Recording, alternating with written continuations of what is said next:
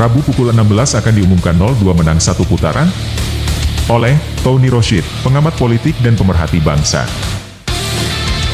Banyak yang yakin pemilu sengaja didesain satu putaran.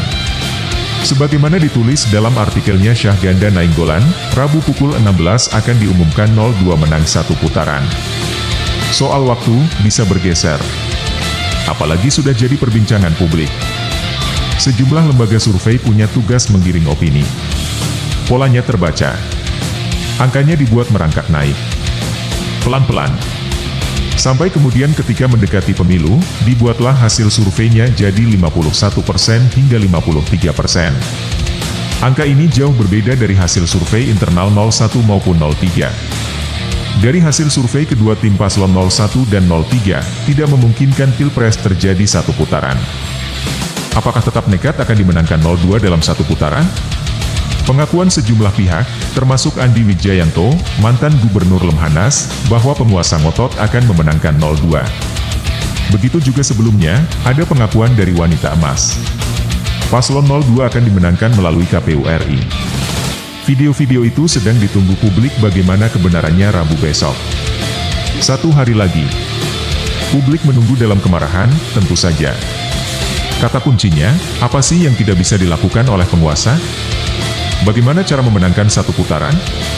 Pertama, gunakan instrumen negara. Penjabat kepala daerah dan lurah, dua institusi ini cukup efektif untuk melakukan penetrasi. Lurah yang membangkang, penggunaan dana desa bisa diusut. Tidak hanya itu, gunakan juga aparat.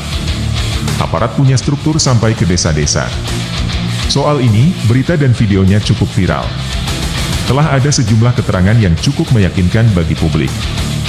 Masyarakat merasakan keterlibatan aparat dalam pemenangan begitu nyata. Kedua, guyur logistik.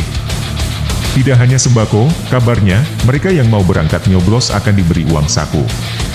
Tepatnya, serangan fajar. Benarkah? Bukankah ini money politics? Iya. Masif? Silahkan cek. Terstruktur? Masa gak ada komando? Emang uang dari mana? Mau lapor kemana? Ketiga, kondisikan KPU. Supaya aman, saya bilang oknum yang ada di KPU. Para caleg saja pada menggunakan jasa oknum KPU, apalagi capres. Khususnya yang di backup penguasa. Kita hanya nunggu kebenaran apa yang pernah disampaikan Wanita Emas itu. Ini soal waktu saja. Apakah negara sudah menghitung risiko, kalau pemilu dipaksa satu putaran akan berpotensi jadi ledakan? Ini pertanyaan krusialnya. Penting untuk menjadi diskusi publik. Serius. Pola negara selama 10 tahun dipimpin Presiden Joko Widodo selalu mengambil sikap, jika dikalkulasi negara lebih kuat, lanjut. Jika pressure rakyat yang lebih kuat, berhenti. Bisa lanjut lagi jika pressure rakyat bisa dikendalikan. Ini sudah jadi pola.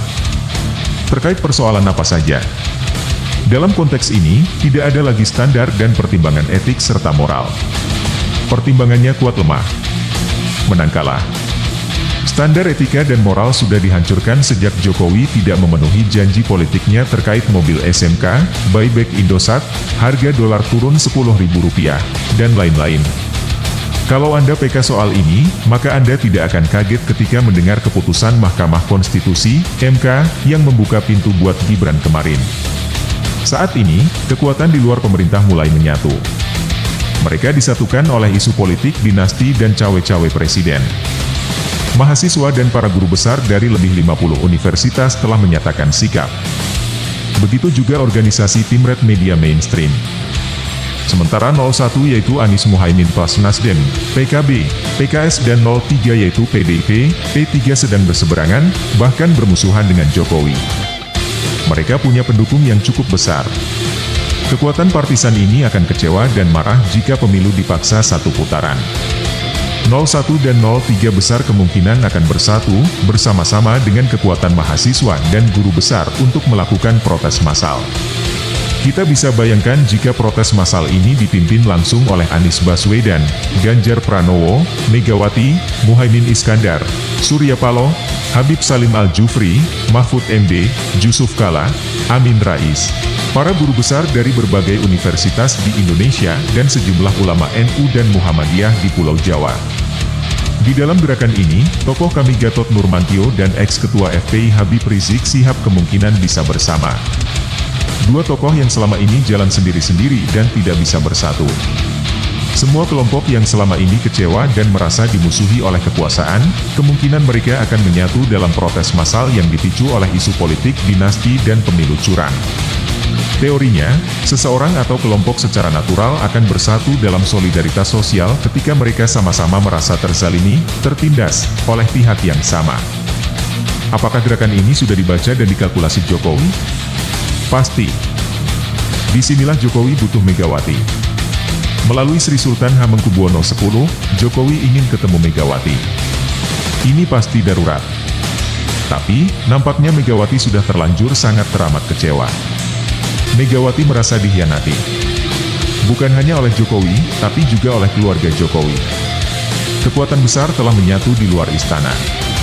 Aparat kepolisian dan militer, dengan keterbatasan personil yang dimiliki, tidak cukup kuat untuk membendung, jika massa itu berjumlah amat besar. Apakah Jokowi akan melunak? Membiarkan pemilu berjalan 2 putaran dengan risiko 0-2 kalah.